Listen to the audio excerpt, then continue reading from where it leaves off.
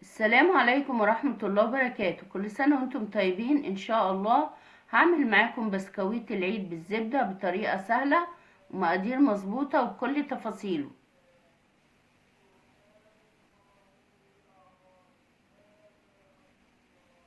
هقول وانا بشتغل المقادير وهكتبها في التعليقات وصندوق الوصف. كيلو الا ربع زبدة ساقعة، وكيلو دقيق جميع الاغراض، وكوبايتين سكر بودرة، ربع كوباية لبن، 5 بيضات، ازازة روح البرتقال، ومعلقة كبيرة ممسوحة بيكنج باودر، ومعلقة صغيرة نشادر، وربع معلقة ملح صغيرة. هبدأ انخل السكر عشان بيبقى فيه تكتلات.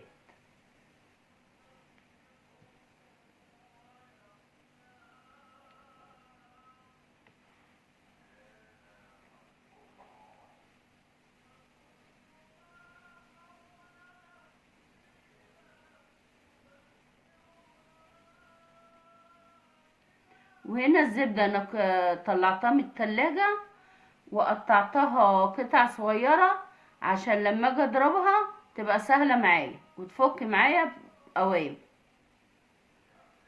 هنا بقى انا كنت ضربتها لغاية لما لانت وفكت معايا. بعد كده ضفت السكر واخلط بقى السكر مع الزبدة.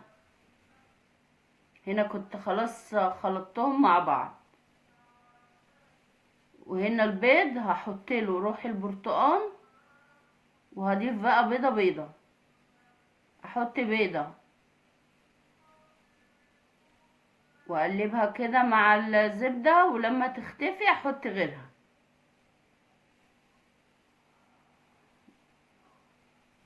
اعملها بقى بايديا، اعمليها بالمضرب، اشتغلي بايه بالمتيسر. حط بيضة تاني واخلطها مع الزبدة لغاية ما تختفي واحط غيرها.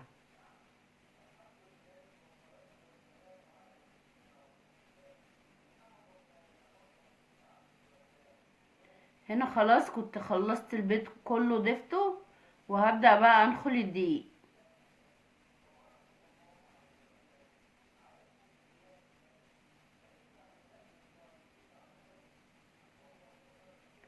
عايزاكم بقى تصلوا على النبي، واللي ما اشتركش في القناة يشترك وادعموني بلايك. احط ذرة الملح او ربع معلقة ملح، واحط النشادر البيكنج باودر، معلقة بيكنج باودر معلقة كبيرة، واكمل نخل.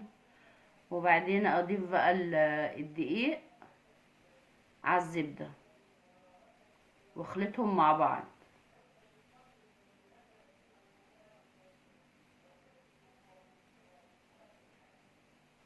حطيت الدقيق كله وهبدأ بقى اخلط ده كله مع بعضه.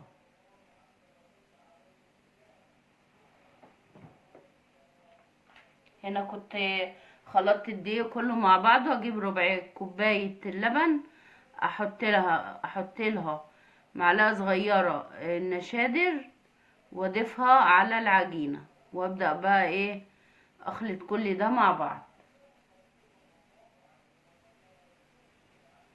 اعملهم بقى كويس.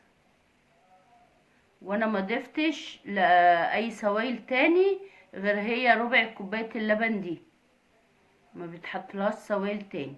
هخلطها بقى لغاية لما تبقى كده عجينة لينة.